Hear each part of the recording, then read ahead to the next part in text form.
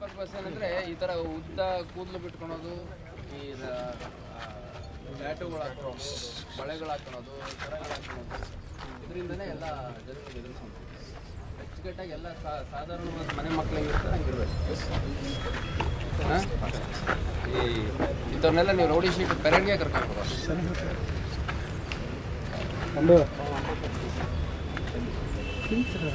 ಶೋಕಿ ಮಾಡೋದು ಯಾರಿಗೆ ಅಂತಂದರೆ ಯಾರು ಕಾನೂನಿಗೆ ತಲೆಬಾಗಿ ನಡ್ಕೊಂಡಿರ್ತಾರೆ ಅವರಿಗೆಲ್ಲ ರೈಟ್ಸ್. ಇವರೆಲ್ಲ ಫಿಸಿಕಲ್ ಔಷಧಿ ಬಂಡವಾಳ.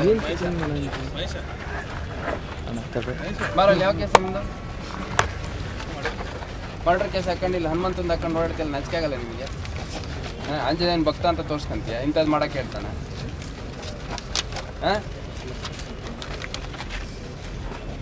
ದೇವ್ರ ನಾಮ ತೆಗಿಯೋಕ್ಕೂ ನಾಲಾಯಕ್ ನೀವೆಲ್ಲ. ಅದನ್ನೇ ಹೊರಗಡೆ ಹಾಕೊಂಡಿದ್ಯಾ? ರೀ, ಇನ್ಮೇಲೆ ಮನೆ ಕೆಲ್ಸಕ್ಕೆ ಹೆಲ್ಪ್ ಮಾಡ್ಬೇಕು ನೀವು. ಯಾಕೆ ನಿಂಗೆ ಎಲ್ಲರ ಕೆಲಸ ಸಿಗ್ತಾ? ಕೆಲ್ಸನ ನೋವೇ, ನಾನೇ ಬಾಸ್ ಆಗ್ತೀನಿ. ಬಾಸ್? ಅದೇಗೆ? Boss wall. ಬಾಸ್ ವಾಲ, ಬಿ ದ ಬಾಸ್. ತೆಗೀರಿ ಅದನ್ನು, ಬಿಚ್ಚಿಸ್ರಿ ತೆಗ್ಸಿ ಅದನ್ನು. ಎಲ್ಲ ದೇವ್ರ ನಾಮ ಬರ್ಸ್ಕೊಳೋದು, ದೇವ್ರದ್ದು ಇದು ಮಾಡ್ಕೊಳೋದು, ಟ್ಯಾಟೋ ಮಾಡ್ಕೊಳೋದು. ದೇವ್ರ ಅಡ್ಡ ಬರಲಿಲ್ವಾ ಮರ್ಡರ್ ಮಾಡ್ಬೇಕಾದ್ರೆ? ಅದು ಅಮಾಯಕರನ್ನ ಕಷ್ಟದಲ್ಲಿರೋದ್ರಿಗೆ ಕಾಯಿ ಹಾಕಿರೋದು ದೇವರು, ನಿಮ್ಮಂಥವ್ರಿಗೆಲ್ಲ ಕ್ರಿಮಿನಲ್ಗಳಿಗೆಲ್ಲ. ಕೊಡ್ರಿ ಇಲ್ಲಿ.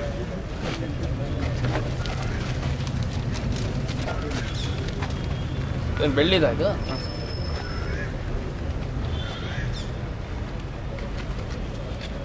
ಭಾಳ ಶ್ರದ್ಧೆಯಿಂದ ಫಾಲೋ ಮಾಡಬೇಕು ಹನುಮಂತ ದೇವ್ರದ್ದು. ಎಷ್ಟು ಕೇಸ್ ಇದೆ ನಿಮ್ಮ ಮೇಲೆ? ಯಾವಾಗಿಂದ ರೀ? ಹಾಂ, 23. 2 ವರ್ಷದ ಕೆಳಗೆ ಮರ್ಡರ್ ಮಾಡಿ ನೀನು ಆಂಜನೇಯ ಹಾಕೊಂಡ್ರೆ ನಿನ್ಗೆ ಯಾವ ದೇವ್ರಿಗೆ ಕಾಯಲ್ಲ. ಹೇಳ್ತೀನಿ ಕೇಳು. ಇದೇ ತಿಂಗಳು ನೆಕ್ಸ್ಟ್ 20 ವರ್ಷ ಅಲ್ಲಿ ಇಲ್ಲಿ ಸಾಯ್ತಾ ಇದ್ದಾರೆ ನೋಡಿ ರೌಡಿ ಶೀಟ್ರುಗಳು. ಹಂಗೆ ಸಾಯ್ತೀಯ, ಬೀದಿ ಹಣ ಹಾಕ್ತೀಯ ಅಷ್ಟೇ. ನೋಡ್ರಿ ಇಲ್ಲಿ ಅವ್ರ ಮನೆಗಳ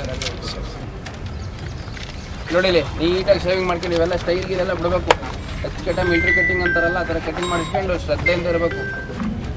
ನೀನು ಕಟ್ಟಿಂಗ್ ಮಾಡ್ಕೊಂಡು ಪೋಸ್ ಕೊಡೋದು, ಇಲ್ಲಿ ಗಡ್ಡದಲ್ಲಿ ಪೋಸ್ ಕೊಡೋದು, ಇವೆಲ್ಲ ಬಿಟ್ಬಿಡ್ಬೇಕು. ಇಲ್ಲಿದ್ದಾರೆ ನೋಡಿ.